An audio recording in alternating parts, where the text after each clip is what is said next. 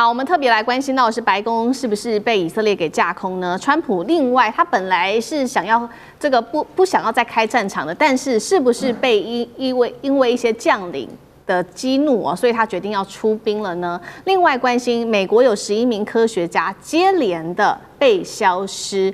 死亡，这是怎么回事呢？今天就这些议题，我们都会一起来做关心。我们赶快来关心到是川普在17号这一天特别发文就开呛了。他说呢，以色列不得再继续轰炸黎巴嫩了。他说我已经正式下令禁止了。真的够了。那根据了解，纳坦雅胡是透过媒体才知道说，这个川普已经公开不让以色列再继续轰炸黎巴嫩了，所以呢，要求美国你现在出面来说明清楚到底怎么一回事。当然，川普这话一说完，他也持续的力挺以色列到底。他说呢，以色列是一个非常勇敢、聪明、忠诚，而且会赢的国家，暗逼其他国家在各种战争的压力下，直接就暴露出来了自己的本性。我们来看到川普的这些言论，让这个非常看在眼里、非常不爽的呢，就是美国的前副总统贺锦丽了。贺锦丽批川普发动这个美国人民根本不想要的一场战争，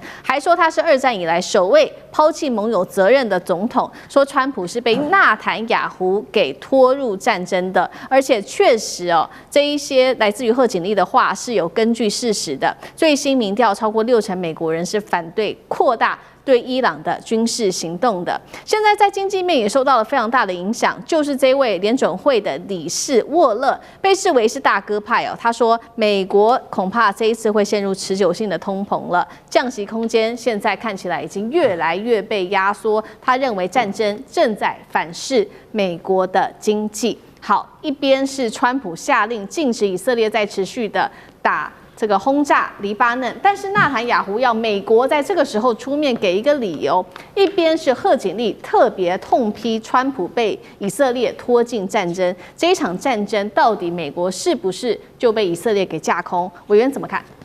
这一点都不意外，我想这是全世界大家都知道的事实嘛。表面上看起来美国是以色列的老大哥，其实实际上美国是以色列的傀儡吧？那么特别是美国的政治人物，长期以来许多人都是受到以色列公共政策委员会的这个游说跟政治现金的支持，所以以色列的所谓的锡安主义分子就是我们现在讲的那个极右翼的势力，其实是牢牢的掌控住美国的这些政客的。那你更不要讲说美国的华尔街、美国的这个矽谷，或者是美国的这些大的金主甚至连这个美国的这个好莱坞，其实都是犹太人这个的势力范围之内的。那我认为当然不是所有的犹太人都支持打这场战争，但是在这一次我们看到的这个锡安主义的这种极端右翼的以色列的这些人士其实已经是请权力就像我刚才讲的，他们也要毕其功于一役啊。伊朗要毕其功于一役，以色列这次也是决定既然好不容易把美国拖下水了，不打到最后一刻，不把伊朗打趴打垮，他们也不会收手的。所以其实在过去这段时间，川普曾经有好几次准备要塌口了，就他用了各式各样的方法宣称他已经胜利了大家就在想说，哇，他终于决定要用这个自我催眠的方式想办法抽出这个泥淖了，就没想到他每一次呢，这个自我催眠呢还没催眠个1-2天，忽然之间又翻脸开打了。所以这一次的停战应该是这场战争里头第2次了。所以其实在这一次停战这个准备要进行谈判之前，就有外界就抱的这个不乐观的看法。最主要的原因只有一个嘛，就是以色列一定会想办法破局的，就以色列会想尽各种办法破坏。那你说贺锦丽讲的有没有道理？这在美国来说已经不是秘密了，连这个《纽约时报》自己都公布了当时的这个整个的决策过程啊。纳坦雅胡是在2月11号早上11点进入白宫战情室的，他那个时候跟这个战情室的当时除了这个纳坦雅胡之外，摩萨德的这个负责人是用视讯的方式在这个战情室开会，然后美国这个除了这个川普之外，这个 Rubio 啦，然后这个 CIO 的 这个 CIA 的 Director 啦，还有这个参谋首长联席会议的主席凯恩都在现场。那当时纳坦雅胡提了一个计划，这个计划分阶段，第1阶段斩首，第2阶段这个重创伊朗，第3阶段引爆内战。然后第4阶段说推动政权转移，就是所谓的 regime change。当时纳坦雅胡掰了这一套之后，纳坦雅胡走了。第二天，这群人重新聚在白宫的这个战情室开会的时候，没有人相信纳坦雅胡说的是做得到的。从 CIA 的 Director 说这就太可笑了吧，然后连 Rubio 说这就是在鬼扯，然后连凯恩也说，你说暗杀可能还做得到，斩首做得到，你说真的要推动到政权转移，根本是不可能的事情。然后接着，这个《纽约时报》的报道是在2月26号了。2月26号下午5点，又在白宫战情室开会。那个会议里头，大家都讲得非常保守。J.D. Vance 当场告诉川普说：“你知道我是反对的，可是如果你真的要打，我也会支持。”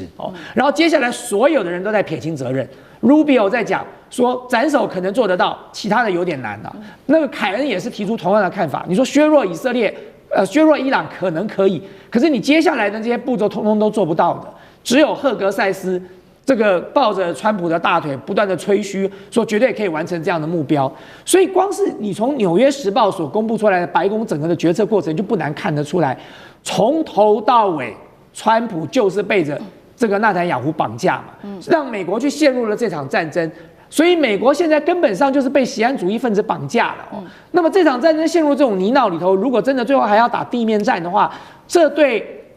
这个美国来说，简直是另外敲响了一记丧钟了。美国的国力当时在越战的时候就受到很严重的影响了。这一次如果再来打一场这种这个无穷无尽的这个伊朗的这个地面战的话，这对美国来说就恐怕这不是川普自我催眠一下就可以逃出这样的一个泥淖了。对，这场战争一开始就是川普他被这个纳坦雅胡绑架，但是大家也在看说，其实，在川普刚入主白宫的时候，他本来不是厌战的吗？后来为什么突然间改变他的决定？那后来来自于日经新闻这边做了一个分析，我们刚刚讲的是被纳坦雅胡给绑架嘛？那其实另外在美国自己的境内也有人跟纳坦雅胡是里应外合的，这一位是关键的推手，让川普决定在外交上采取鹰派来打击伊朗的态度。关键推手就是这一位，今天带观众朋友来特别关心的前空军的军官葛莱姆。长期呢，他就主张要对伊朗强硬，而且他在私下曾经多次的跟纳坦雅胡会面，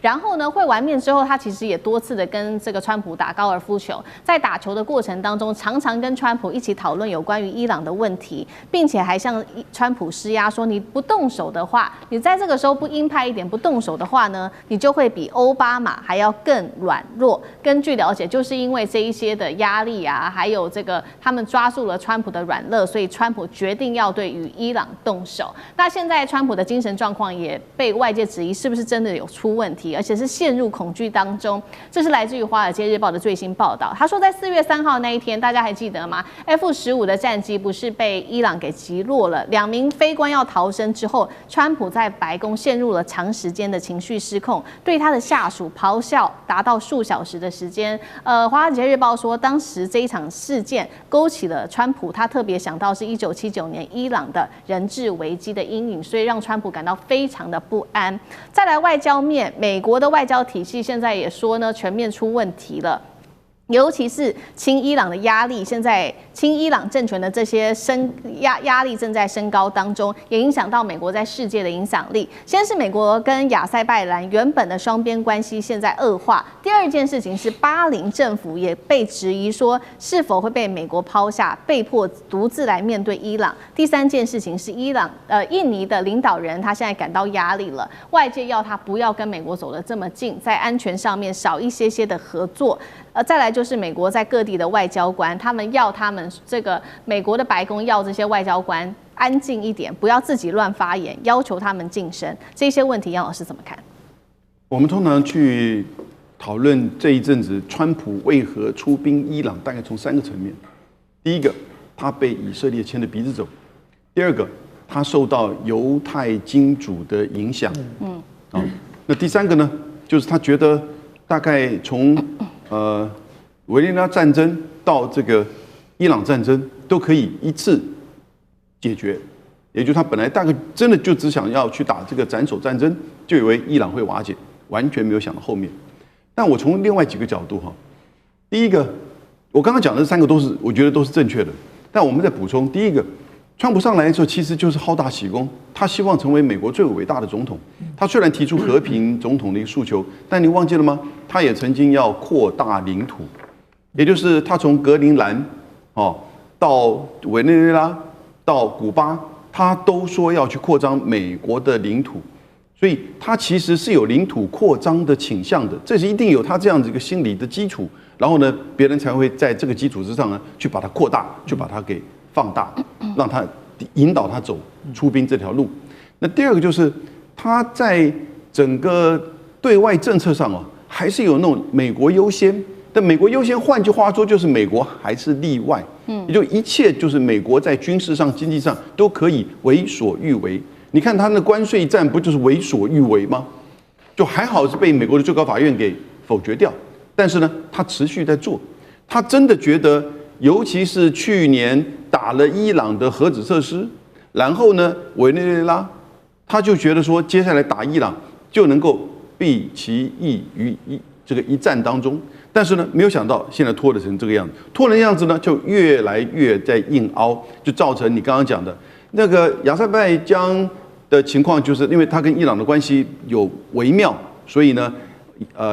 伊朗是支持亚美尼亚，所以一直有一个这样子互动。不过那个地方其实并在中亚，但是呢，并不大。关键其实是80代表的是整个海湾国家。战后海湾国家还会继续的接受美国军事基地的重建吗？会不会要求规模缩小？因为效益不存在了嘛。第二个就是整个就是穆斯林国家，不只是印尼穆斯林国家其实现在都对美国有点质疑，除了海湾国家不得不接受美国持续的这个绑架之外，第三个全球南方这个国家大概都看到美国从俄乌战争到现在都是一个调。其实最严重的是美国自己的盟邦，他这些盟邦国家都要走第三条路了。因此我是觉得。美国的国际信誉在这一次真的是降到谷底，但有没有可能修复？有，你方向正确总是会修复，但是大概没有办法回到以往的那种所谓的霸主地位了。好，那另外一方面，美国要忧心的事情还有什么呢？就在这一场战事发生之后，我们看到这前后竟然在内部有11位的科学家。接连的死亡或者是失踪那这些科学家涵盖了包括军事、核能跟航太，其中一位是这个最近的事情，一位34岁的科学家被列为疑似是自杀，但是非常的年轻，大家觉得这件事情很奇怪。现在说美国的 FBI 已经正式的介入在调查当中，舰长你怎么看这件事情？其实这一切都是为了转移焦点，也就是。川普他在这个战场上不利，他又想要转移大家对于爱泼斯坦的相关这个丑闻的相关的这一个媒体或者是司法调查，所以他就开始把这一些消息通通都在一起。我们这样讲的确，美国最近呢是为了这个军事、核能、航太付出了非常大的一个无论是人力或物力那我们讲军事的话那军事的话，因为美国到现在为止它才刚刚出现了第一款的这一个我们讲到高超音速飞弹，但这飞弹呢虽然可以飞得很远它可以飞3500公里，那但是呢它的弹头却很小。那它的弹头能携带的只有30磅，也就是30.6公斤左右。为什么这么小？因为它带的是战术性核武那这个因素也就会影响到核能的发展，也就是你现在要发展战术性的核武，那也就是它在不能够试爆的情况之下，它要研发出这个演算法的部分那怎么样才能够达到适切而且有效？也就是它的那个能达到那个临界质量，然后可以创造分裂，那个核分裂。那这个那就是核能的问题。那另外呢，有关于我们讲到航太的部分，美国才刚刚以这个猎户座完成了阿提米斯2号的这个绕月任务所以这个绕月任务其实对于美国来讲是意义非常重大，但是对于人类来讲，那个其实这件事情中国大陆早就做过了。所以那美国为什么这么做？也就是说，你中国大陆还没登月之前，我已经绕月过了，但是中国大陆没有继续顶上去。我们的月壤回来，你还跟我们要你好意思那所以我们这样讲这些科学家他遭受了这么大的他那个工作的压力，而且他总是有一个使命感，要钻研或者是聚焦一个我们刚刚讲，无论是演算法啊，或者是基底电路的一个设计啊，其实都会造成他的生活不正常啊。那这个不正常嘞，然后就会对于他的生命造成各种的影响。那我们现在看到的都是美国有这么多成千上万的科学家，他把它兜起来，其实只是想要掩饰川普的无能以及错误的决策。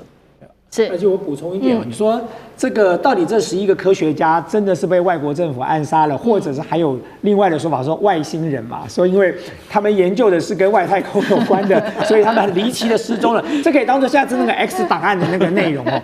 但是我要讲的是说，其实长期以来会在国际上猎杀敌国首席科学家的始作俑者，并不是今天这个美国想要指责的别人哦，就是 CIA 也好，摩萨德也好，摩萨德去这个以色列的摩萨德去猎杀了这个伊朗的这个研究核能的科学家，这大家都知道的事情啊。我在讲另外一个中国大陆的这个首席的 AI 科学家，他叫做冯阳鹤，2003年7月1号凌晨2点在北京街头被撞死。